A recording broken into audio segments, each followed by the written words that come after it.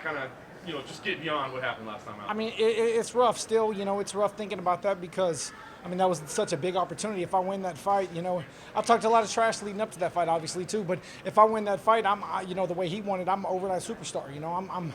I'm making probably crazy money at that point and big opportunities coming up. But I got another big opportunity, so I'm optimistic. This is a big co-main event spot on ESPN, the first main card on ESPN. So it's a big spot. I don't dwell on the past as far as like, my future results. I've lost fights before, and I've came back like it was nothing.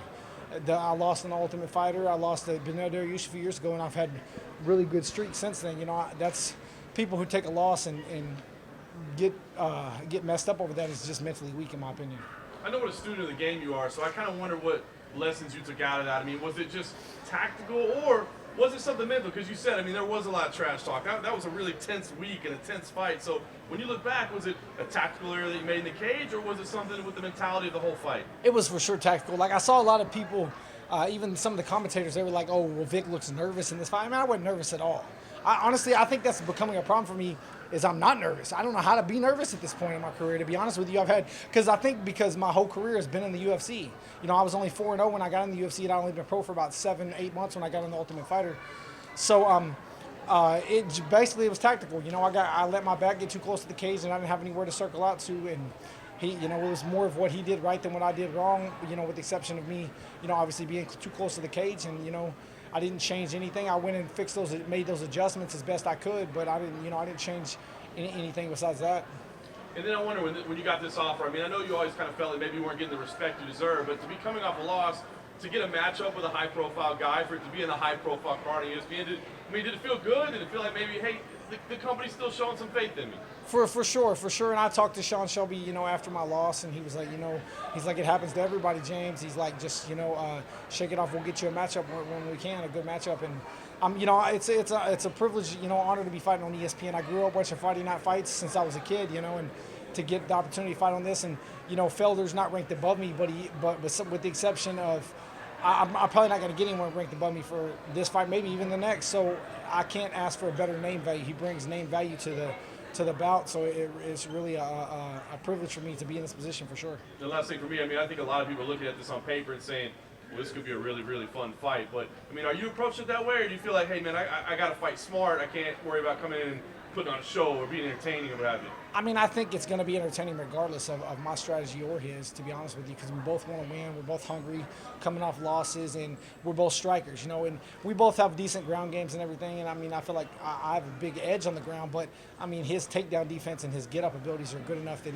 it's probably going to, I'm not going to gas myself out trying to repeatedly go for takedowns on a guy when, takedowns are second nature to me and not first. If the opportunity presents itself, then I'll do something like that. But for the most part, it's going to be a stand-up fight, and I definitely think the fans are in for a treat. Is there anything you can take away from his last fight? I mean, it was against a welterweight. He did break his arm in the first round. Ended up losing a split, but it was basically one arm.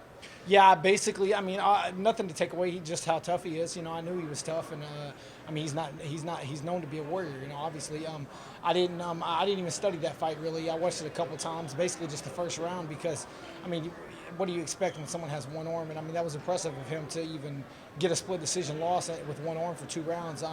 So I didn't even study that fight. I studied the rest of it, the rest of the films I've seen of his and the fights I've seen of his, but I didn't even take that one really into consideration. And what do you make of the division right now? I mean, the champion's kind of sitting out to the end of the year. Cowboy came back. Felder's back after going up to welterweight for one fight. Where does the win put you in? It's very cluttered near the top. Honestly, I don't know. That's what I was just telling the audience there. I don't know because, and this is something I said even if I would have won the Gaethje fight, that I would probably still be fighting someone right below me. The way the division's tied up, it's like, it's complicated. I understand, people in the position they're in. I understand, someone like Cowboy, getting a fight with Conor. He's earned that, man. He's been in the UFC he has the most wins in UFC history, and you got guys, Tony Ferguson, Poirier, these guys have put in time. They're probably not interested in fighting someone like me. I mean, I would love to, obviously, but I just got to see. Honestly, I got to get a win Sunday, obviously, and then I don't really see anybody ranked above me that I would get that opportunity anytime soon. So, like Anthony Pettis is going up to welterweight to take a fight. If you can't get an opponent, would you ever move up? For sure. If at this point it's getting to the point, I'm like, man, if I end up I mean, you know, I can't say that because I'm coming off a loss though too. At the same time, you know, I can't. I'm coming off a loss, so I gotta get what I can get. But this opportunity is big because he is a high-profile guy. But if I get asked to fight someone that's not very high-profile next fight or something, then yeah, I would probably just say move me up then. And last one for me, I think between your last fight and now, George Lockhart kind of threw you under the bus, saying you were like too much into sweets during your weight cut, and you tweeted you were giving up sweets outside of fruit. Have you been able to do that? I mean, it's been a struggle, but it's been good. I've actually did it a lot, and you know, I saw, you know, he called me out on the Joe Rogan podcast. George did, and you know, George loves me. Me and him are like family. You know, I've been working with him for almost 5 years now or longer. You know, and we're very close. And you know, I wasn't upset at all when he said that. I was happy. You know, it didn't bother me. And then I thought about, you know, I just have a son. I have a newborn son, and you know, I'm from a Southern family. We eat horrible foods. We eat so much sugar. We eat fried everything. I don't want my kid to, you know, me and my girl are pretty much on the same base with. I want my kid to eat healthy, and we don't want him to grow up with those habits that we have. So I have to change, and I can't be one of those do as I say, do as I do people. So I have to lead by example for my son as well. So it's been a challenge, though. It has, but not as bad as especially when camp started. When camp started, I was like, you know, it's done, you know, and I did a good job with it. It's interesting hearing you talk about wrestling, because I think for a while that was something maybe you resisted. Is that something you've started to think about now, just as a potential option? I mean, guys moving divisions is happening more than ever at this point. Yeah, but you also see, you know, I think we do need that 165-pound division, y'all, because some of us are just literally a little too small for welterweight, but a little too big for lightweight. You know what I'm saying?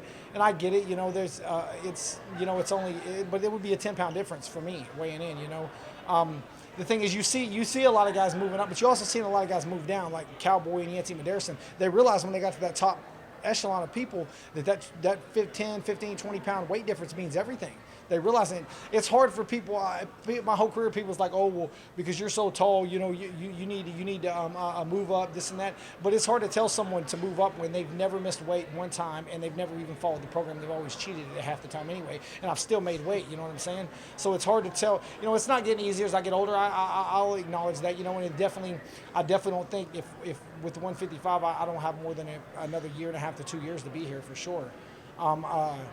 But 165, I can make that till I'm 40 years old, you know, and I want to fight till I'm 40, so I can make that forever. Just to piggyback off that one question, what have you done differently in this fight camp than you did in preparation for weight cutting for the Gaethje fight? I might have followed the program. I followed George Lockhart's program. Even that being said, it's not easy. I mean, it's my weight got here. I was here about 3.5 pounds lighter than I was for the Gaethje fight, so that's pretty good, you know, because 3.5 pounds when you're at the end means everything, you know. So I was very happy when I got here with my weights, but I'm just following George's program. I mean, I have the best nutritionist in the world. George has over 200 guys in the UFC, and you know, that's like a slap in his face. Me not doing what I'm paying him to do. To be honest with you, so a waste of my money and a waste of his time, you know. So I've decided to, you know, be more disciplined. Just to follow up on what you were just saying about just to follow up on what we were just saying about 165. I'm just curious, do you feel like that's inevitable at this point, that we're eventually at some point going to get there? I keep hearing it, you know. I keep hearing before the end of the year. Obviously, Dana's saying no way there's going to be a 165-pound division, but he always says that. So I'm optimistic, and I think a lot of us are optimistic, you know, because I mean, I think I can move up to 165 and be immediately ranked in the top 10. And that's another thing for 170 is I move up, I have to start all over. It's taking me 9 wins. I'm 9-2 in the UFC. I mean, I have the same record in the UFC as McGregor, Wonder Boy, Yoel Romero. It's taken me this long in my division because there's so many guys. It's taken me this long to even be ranked in the top 10, top 15. So if I would have to turn around and win 3 or 4 more fights, at least 3 to get ranked in the top 15 at welterweight. So it'd be like almost like starting over for me, you know. When you say there's a lot of optimism among us, I'm curious who the us is. Like, is that something that you and fellow lightweights talk about often? Oh, I'm sure. Yeah, well, I see it on social media all the time. Everyone campaigning for a 165-pound division. I see it all the time. You know, I stay active on Twitter, especially, you know, a lot, and I see it all the time, for sure. Strategically, where do you see your advantages? I think that I'm a better striker than him. I think I'm definitely a better grappler than him as well.